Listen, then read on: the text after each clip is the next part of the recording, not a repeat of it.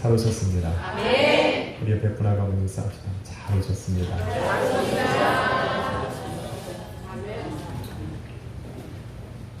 인사를 안 하는 분이 두 분 있으니 한 번 더 합시다. 주님이 당신을 기다리십니다. 이번엔 고개만 돌리셨으니 한 번 더 합시다. 당신을 위해 좋은 일이 시작되었습니다.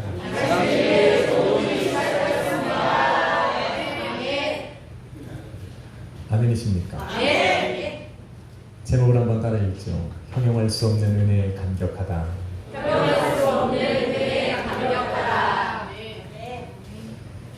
은혜라는 것은 은혜 가운데 머무는 사람들이 누리는 감격의 선물입니다. 오랜 시간을 은혜 안에 살아가면서도 은혜를 느끼지 못하고 살아가는 사람들이 참 많이 있습니다.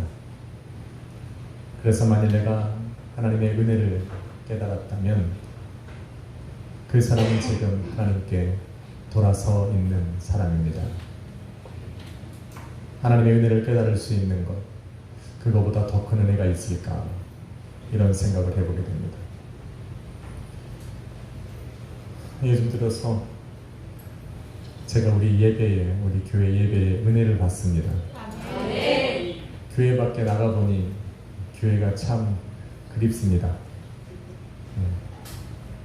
성도님들이 아멘할 때마다 제 가슴이 뜁니다.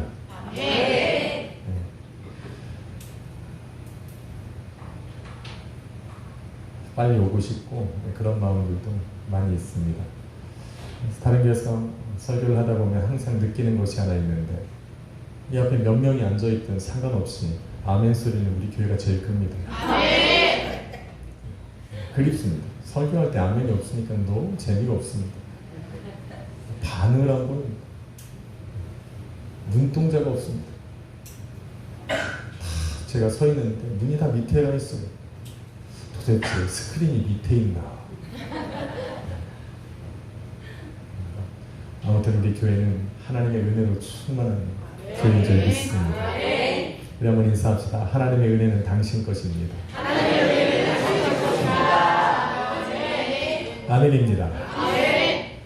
저는 오늘 본문에 비춰진 다윗의 모습을 통해서 자녀를 향한 하나님의 형용할 수 없는 은혜를 찾아보고 그 은혜를 함께 나누고자 합니다.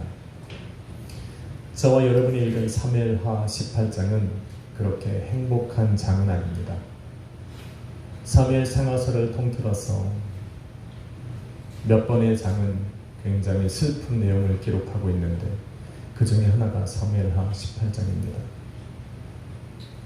사무엘하 18장은 압살롬이 이끄는 이스라엘 군대와 다윗을 따르는 유다 지파 간의 전쟁을 기록하고 있습니다. 크게 보면 민족 간의 전쟁처럼 보이기도 하고 또 어떤 모습으로 보면 이스라엘 민족 안에서 이루어지는 내전으로 보일 수도 있습니다. 그런데 그 전쟁을 가만히 들여다보면 그 전쟁은 다윗과 그의 아들 압살롬과의 전쟁이었고 조금 더 세부적으로 이야기를 하면 이스라엘 왕으로 있던 아버지 다윗을 반역하고 전쟁을 일으킨 압살롬의 반역이었습니다. 한치의 자비와 긍휼함도 없이 수많은 군사들을 이끌고 자신을 죽이고자 달려오는 그 아들 압살롬의 그 무력 앞에 다윗은 감당할 수 없는, 그래서 이제는 쫓기고 그 많은 사람들을 이끌고 요단강을 건너서 마하나임이라는 지역으로까지 도망을 쳐야만 했던 다윗의 모습을 볼 수가 있습니다. 압살롬을 죽이지 않고는 끝나지 않을 전쟁입니다. 그러기에 다윗은 그곳에서 다시 군사를 재정비하고 압살롬과의 마지막 전쟁을 준비합니다.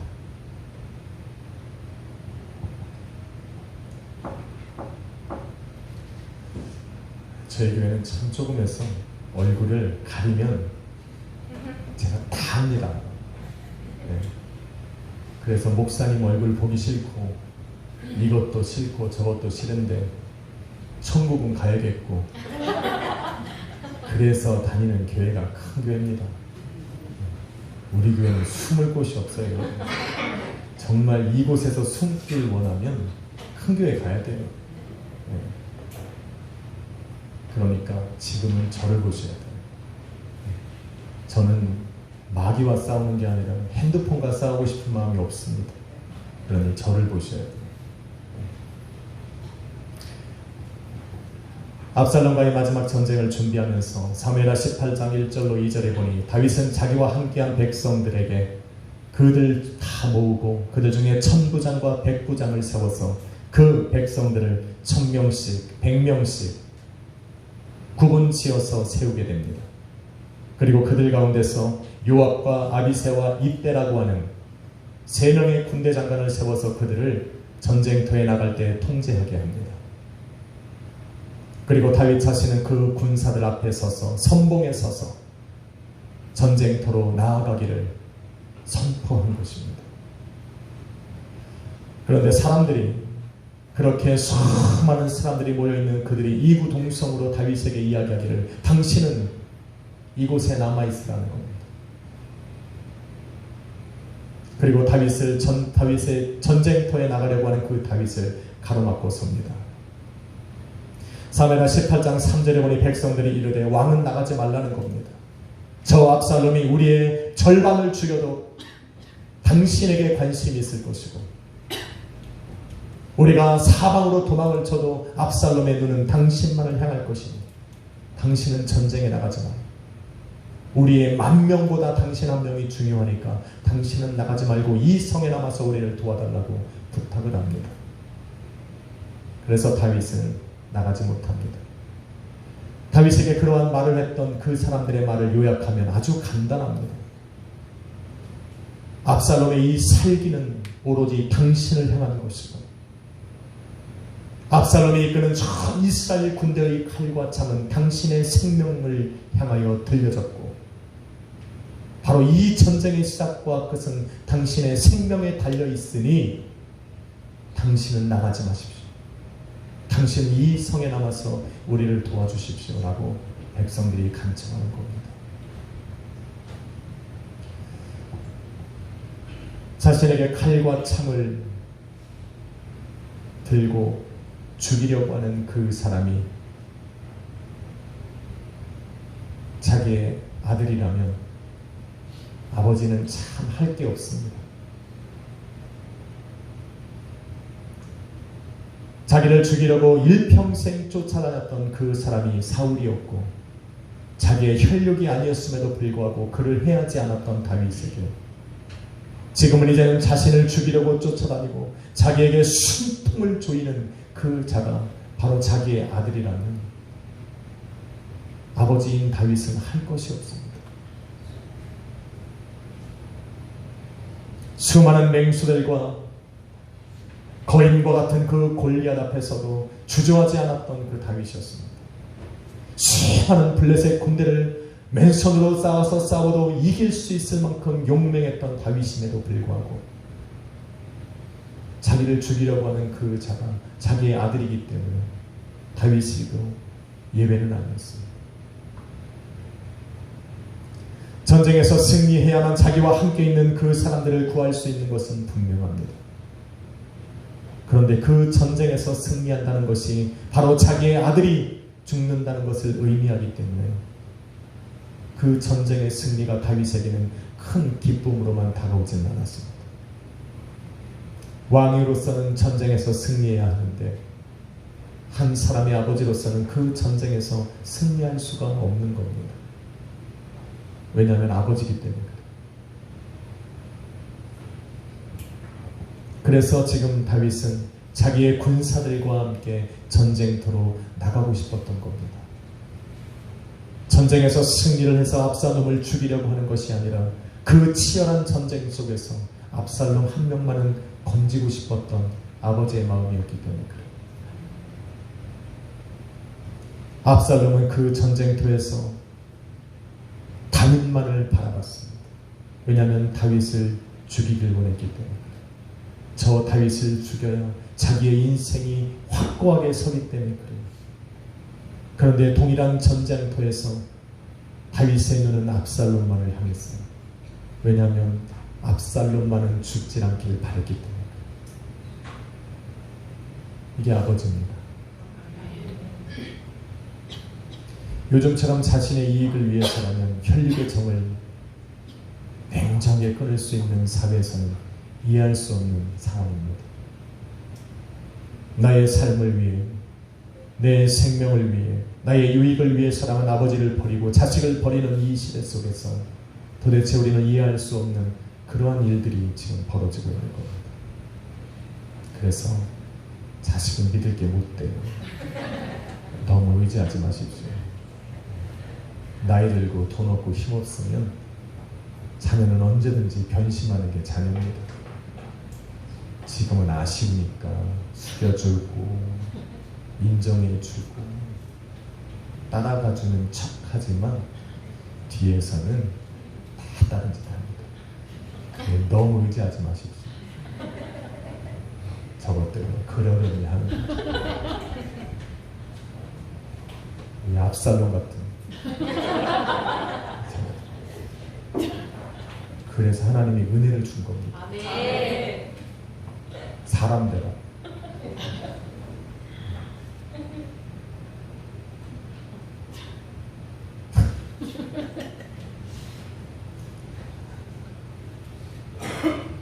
압살롬 하나 살려보겠다라고 전쟁터에 나가려고 했던 그 다윗의 계획은 백성들의 이 반대로 거절당했습니다. 그래서 이제 자기의 아들 압살롬을 위해서 다윗이 할 수 있는 것은 아무것도 없습니다. 그래서 아버지로서 아들 압살롬을 위해 할 수 있는 마지막 일을 다윗은 생각을 해냈습니다. 그것이 바로 사무엘하 18장 5절의 말씀입니다. 어떻게 이렇게 정확한 타이밍이에요? 저는 진짜 맞춰서도 못합니다.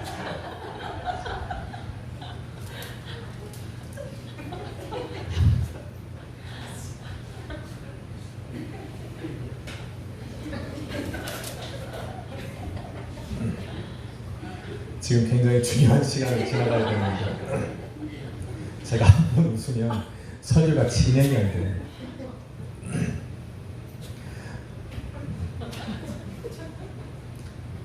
사무엘 제가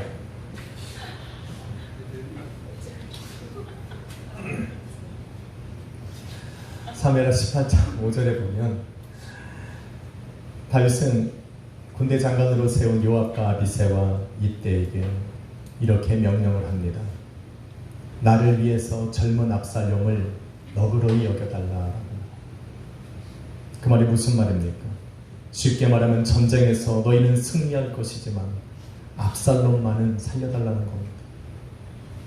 이스라엘 왕으로서 부탁을 하는 것이 아니라 그 한 아들의 아버지로서 부탁을 하는 겁니다. 만약에 왕으로서 그들에게 명령했다면 이렇게 이야기했을 겁니다. 내가 너희에게 명령하니 그 압살롬은 살아서 데려오라.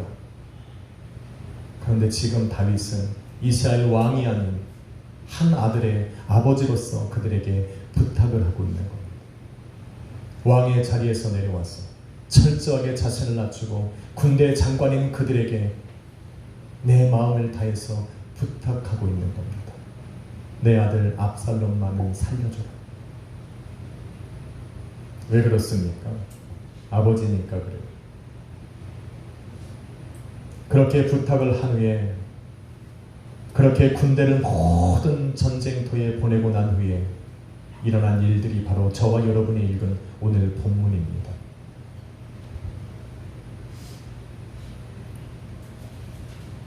반역하여 자신을 죽이고자 하는 아들 압살롬일지라도 그가 자신의 아들이기 때문에 그 아들을 살려주기 위해서 다윗이 할 수 있는 일은 기다리는 것뿐입니다. 그냥 기다리는 겁니다. 두 가지를 기다리는 거예요. 첫 번째는 뭐냐면 자기가 부탁한 그 군대 장관들이 그 전쟁에서 승리를 하고 치열한 전쟁 속에서도 자기의 부탁을 들어줘서 압살롬만은 살려주는 겁니다. 그 소식을 듣고 싶은 것이고, 또 하나는 자기에게 칼을 겨누고 창을 겨루는 저 아들일지라도 저 전쟁터에서 살아남아 주기를 기다리는 겁니다. 아버지입니다. 아버지가 아니면 이런 일을 할 수가 없습니다. 그래서 다윗은 군대를 다 출정시키고 나서 오늘 본문 24절에 보니 그 성 안에 있는 것이 아니라 그 성 밖에 있는 그 두 문 사이에서 그 소식을 기다리고 있는 겁니다. 두 문 사이에서 서서 기다리기를 얼마나 했을지, 얼마 동안 그 두 문 사이에 서서 마음을 졸이며 기다리고 있었는지는 성경은 말하고 있지 않습니다. 그러나 그것이 하루가 됐던 일주일이 됐던 한 달이 되었던 그 아들의 소식을 기다리는 아버지의 마음은 정말 길었을 겁니다. 아버지의 마음은 그런 겁니다. 성경은 은혜를 버리고 떠나서 타락하고 범죄하여 살아가는 그 인간들을 향한 하나님의 그 사랑에 대해서 표현할 때 우리는 집 나간 탕자를 기다리는 아버지의 마음으로 표현하기도 합니다. 누가복음 15장에는 그 아버지에 대해서 기록하기를, 어느 날 아들이 아버지에게 찾아와서 아버지가 죽어야 얻을 수 있는 그 유산을 자기에게로 돌려달라고 부탁을 합니다. 그 아들이 왜 그것을 요구하는지를 너무나도 잘 알고 있었지만 너무나도 조르는 그 아들에게 유산을 넘겨줍니다. 유산을 넘겨받은 그 아들은 그 즉시로 집을 나가서 세상에서 허랑방탕한 삶을 살아갑니다. 그 시간은 오래가지 않았어요. 그 가져왔던 모든 재산을 탕진하고 난 그 탕자는, 둘째 아들은 이제 돼지가 먹는 그 주업 열매를 먹으며 살아야 하는 그 비참한 인생을 살 수밖에 없었어요.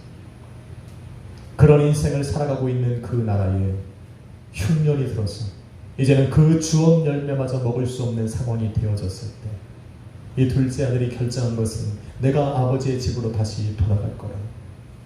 이제는 아버지가 아니라, 그 아버지의 아들이 아니라 그 집안의 종들처럼, 그 집안에서 부리는 그 종들의 하나로 나를 여길지라도 내가 저 아버지가 계시는 저 집으로 돌아가서 나는 저 집에서 생을 맞이할 거라는 그 결단을 마지막으로 하고 아버지에게로 돌아가기로 마음을 먹습니다.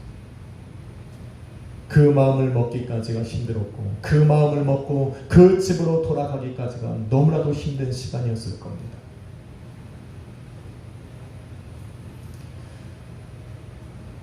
그리고는 집으로 향하고 있는데 저 멀리서 집이 보이는데 그 집 밖에서 자신을 기다리는 아버지의 모습을 이 둘째 아들은 바라봅니다.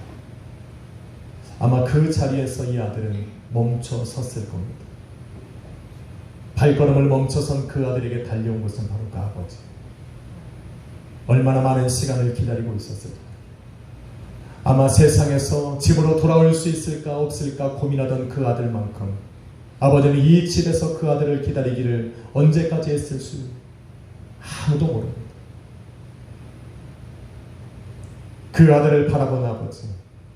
그래서 그 아들에게 달려가서 그 아들을 부둥켜 안고 내가 죽었던 내 아들을 다시 만났고 내가 잃어버렸던 아들을 다시 얻었으니 내가 너무나도 즐겁고 기쁘다라고 소리쳐 외칩니다. 아들을 기다리는 아버지의 마음은 아들의 성공과 실패에는 관심이 없습니다. 아들이 어떠한 모양으로 내게 돌아오는지, 아들이 얼마나 비참한 인생을 살았는지, 그 아들이 무엇을 잃어버렸는지, 내가 저 아들에게 준 저 재산을 저가 어떻게 사용하고 다 날려버렸는지 이유와 변명이 중요한 것이 아니라 그 아들을 만난 것이 중요한 겁니다. 아들을 내가 살아서 저 아들을 바라보고 저 아들이 내게로 돌아왔다는 것이 너무나도 그 아버지에게는 기쁨 그 자체였습니다. 아버지에게 무엇이 중요합니까? 아무것도 안 중요해요. 그냥 아들을 본 것이 중요한 거예요. 아들이 돌아왔다는 것이 중요해요. 내가 그렇게 기다렸던 그 소식을 듣고 싶었던 한 가지, 내가 그 수많은 시간을 기다리면서 내가 만나고 싶었던 한 가지는 저 아들이었습니다. 그 아들이 돌아왔을 때 아버지는 아무것도 안 물어봅니다. 왜 그렇습니까? 아버지니까 그래요. 아버지니까. 아마 자신을 죽이려고 반역을 일으킨 압살롬에게 쫓겨서 예루살렘 성을 나갈 때부터 다윗의 마음도 그 아버지의 마음과 같았을 겁니다. 그 반역한 자리에서 벗어나서 다시 예전의 압살롬으로 돌아오기를 다윗은 기다렸던 겁니다. 그래서 그와 싸우지 않은 거예요. 그래서 잠시 도망을 쳐준 겁니다. 하나님의 언약 속에서 이미 이 전쟁은 자기가 승리할 것을 알고 있었지만 도망가 주는 거예요. 왜냐하면 돌아설 수 있는 기회를 주는 겁니다. 자신이 품었던 죄악된 모든 마음에서 돌아서기를 기다려주는 것이고, 이제는 자기가 품었던 세상의 큰 모든 탐욕과 욕심 같은 그 마음에서 벗어나 주기를 다윗은 기다리고 있는 것. 그런데 다윗이 기다리는 것과는 반대로 압살롬은 그 마음을 돌이키지 않습니다. 돌이키지 않은 것이 아니라 돌이킬 수가 없었습니다. 왜 그런지 아십니까? 탐욕과 죄악의 올무에 걸린 인간은 절대로 스스로 그 자리에서 돌아설 수가 없습니다. 나는 돌아설 수 있다고요? 거짓말시키지 마십시오.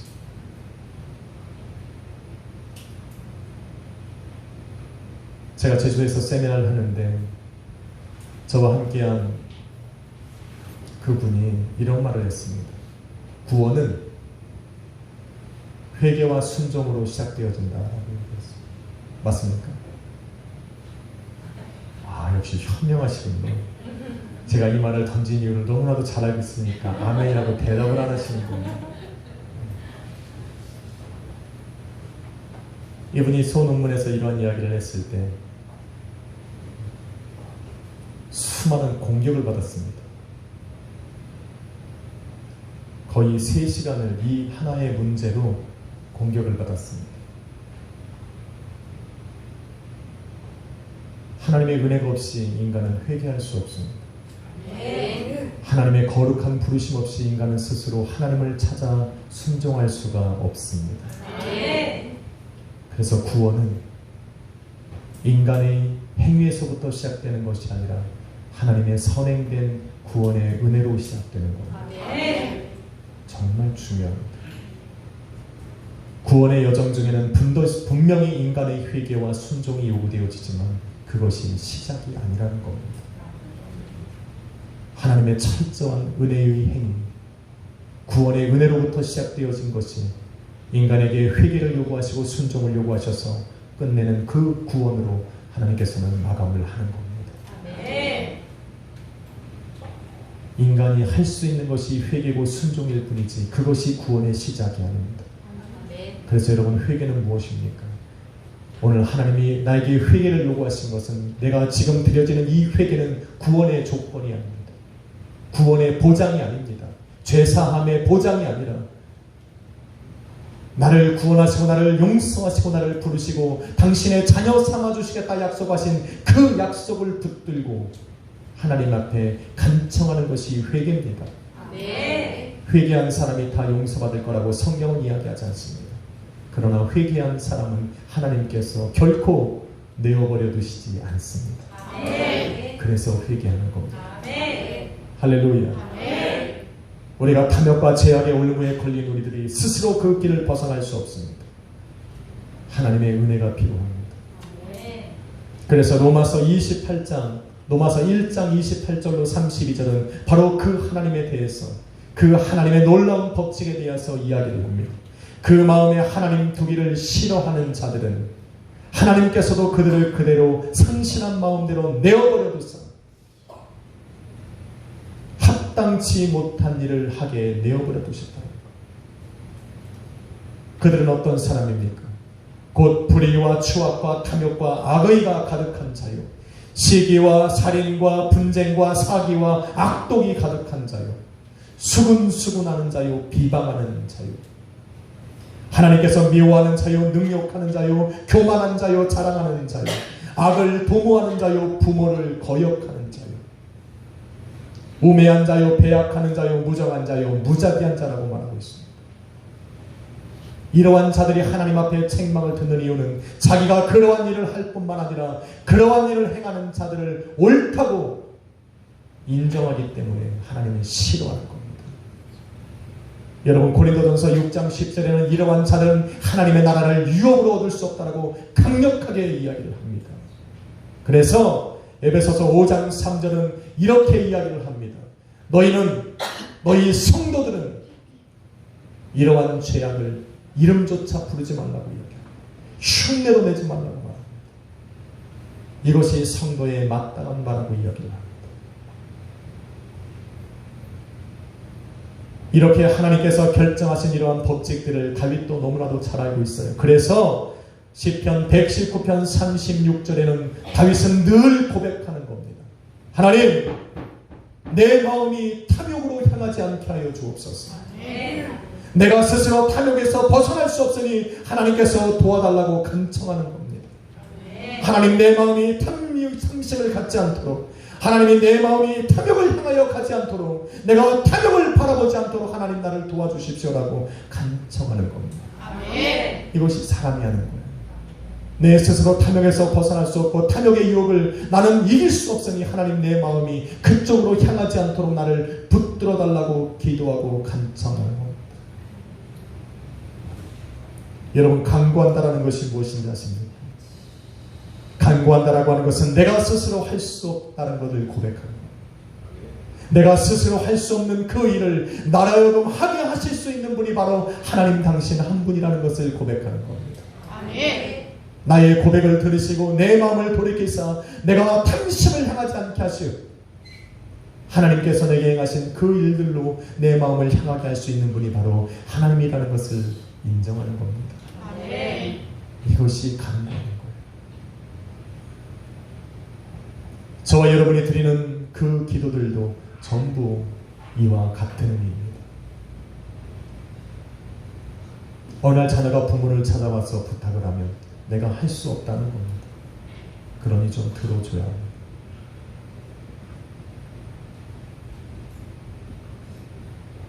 성정아, 목사님 얼굴 좀 보자. 옮겨.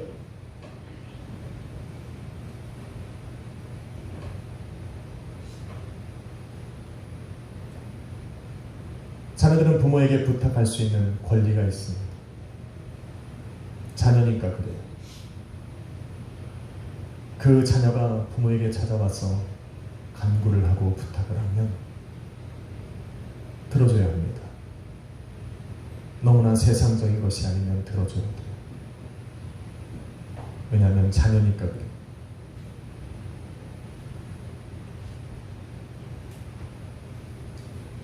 다윗은 기다리는 겁니다.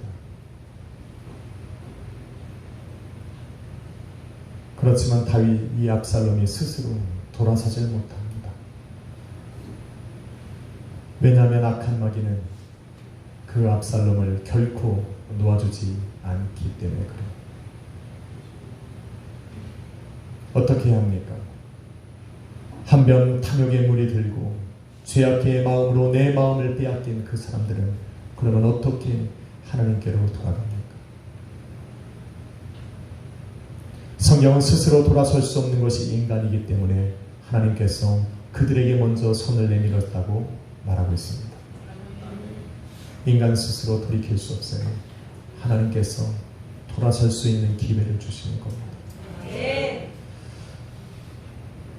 그것을 바로 성경적인 신학적인 용어로 유효적인 부르심이다 하는 겁니다.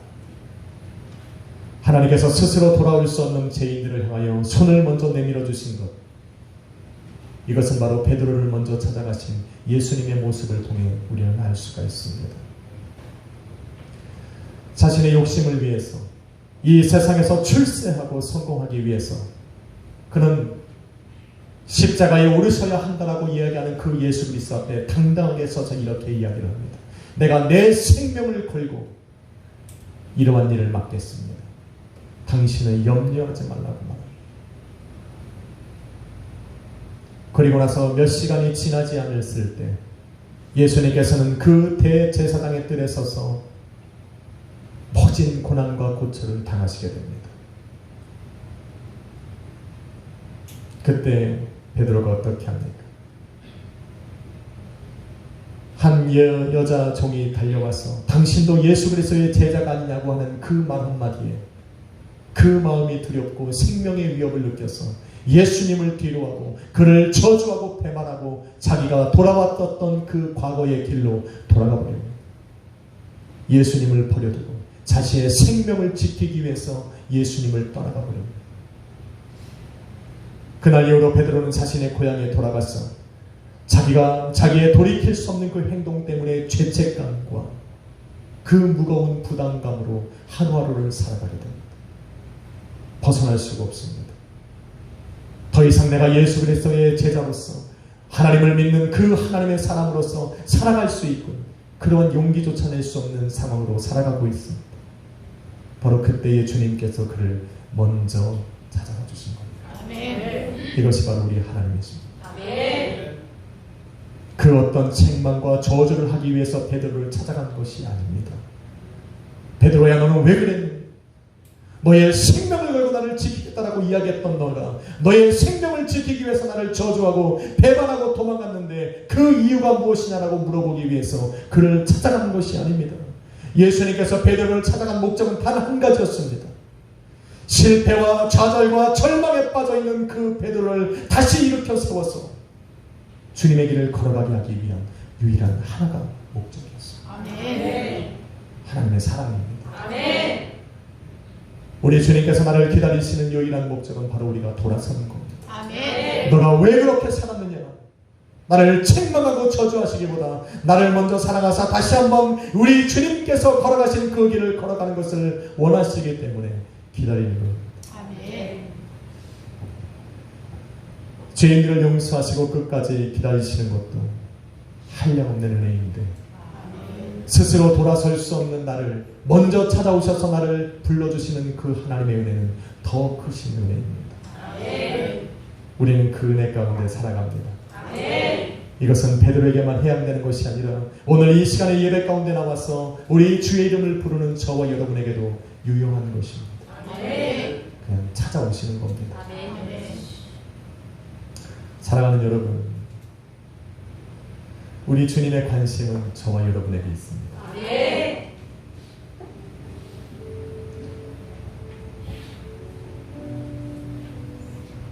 우리 주님께서는 하나님을 아버지라고 불렀습니다.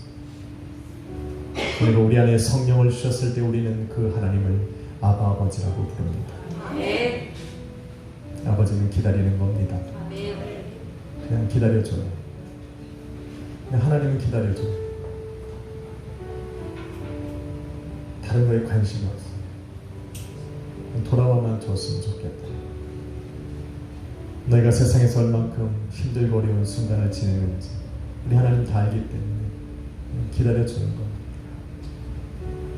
세상에서 우리가 얼만큼 실패하고 좌절했는지 낙심하고 얼만큼 소외된 삶으로 힘들게 살아왔는지 주님은 기다리는 거예요. 돌아오라. 돌아오면 그 모든 것들보다 너가 더 중요하니까 너만 만나면 된다는 거 아닙니까? 이제 돌아서야 되지 않겠습니까? 마귀에게 사로잡혀서 탐욕과 죄악된 마음으로 살아갔던 우리의 마음을 좀 돌이켜야 되지 않겠습니까? 과거의 아픈 기억 속에서 우리는 돌아서야 하고 어제의 고난과 고통에서 실패와 좌절에서 우리는 좀 벗어나야 합니다. 그래서 나를 기다리시고 나를 먼저 부르신 그 하나님,